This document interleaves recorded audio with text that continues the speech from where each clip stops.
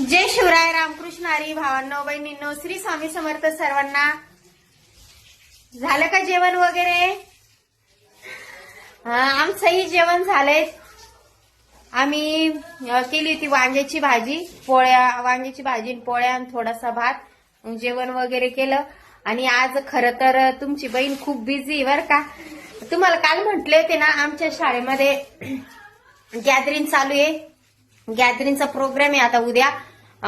तर मग आज आम्हाला 5 वाजले ते घरी यायला, कारण की मुलांना ते भाड्याने दिलेले कपडे आहे ना, तर मग तेच माप घेता घेता सगळ्यांना ज्याच्या त्याच्या घरी कपडे दिले ते. तर मग उशीर झाला आम्हाला.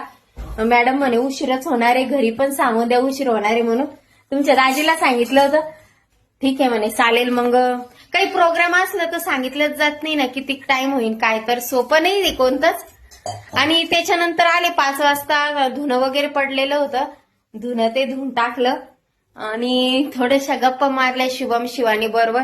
कसं नुसतं काम काम म्हणल्यावर पण नाही जमत ना. आपल्या लेकरांना पण वेळ द्यावा लागतो. नुसतं काम म्हणल्यावर नाही चालत, त्यांना पण विचारावं लागतं शाळेत काय केलं, शाळेत काय दिलं अभ्यास वगैरे म्हणून. त्याच्यामुळं म्हटलं चला आता खूप उशीर झालाय, जेवण वगैरे करूनच म्हटलं ब्लॉग घेऊ. दादांना बहिणींना बोलू म्हटलं आपल्या.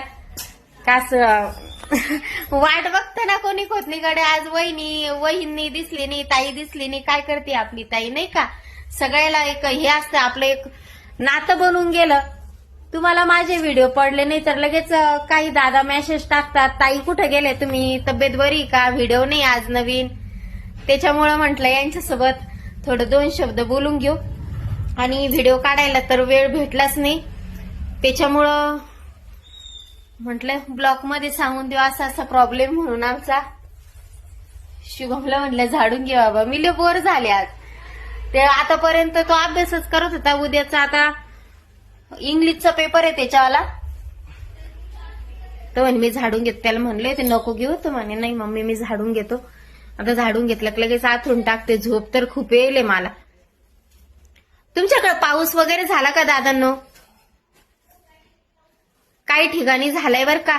ज्याच्या गावाला झालाय त्यांनी कमेंट मध्ये जरूर सांगा. पण आमच्याकडं खूप आभाळ आलेलं आहे आणि इजा पण कलकल करताय. काही सांगतेच नाही, रात्रीतून येऊ पण शकतो पाऊस. पण गव्हाचं खूप नुकसान करणार आहे आमच्या. यायचं म्हणलं हरभरा गहू, कोणाचं गहू आलाय सोंगायला, कोणाचं हरभरा आलाय सोंगायला नाही का. पण आता पाऊस पण लागतो, आता आपल्या हातात नाहीये सगळ्याच गोष्टी. काही नुकसान होतं, कधी कुठं फायदा होतो. थोडं नुकसान होईल आता गव्हाचं. एखाद्या वेळेस पाणी लागलं म्हणजे थोडे काळपट पडतात गहू. भरपूर ठिकाणी पाऊस झाला. बीड भागात तिकडं पण पाऊस सांगेल होता, म्हणजे पडलेला म्हणून बातम्यात बघितलं होतं आम्ही.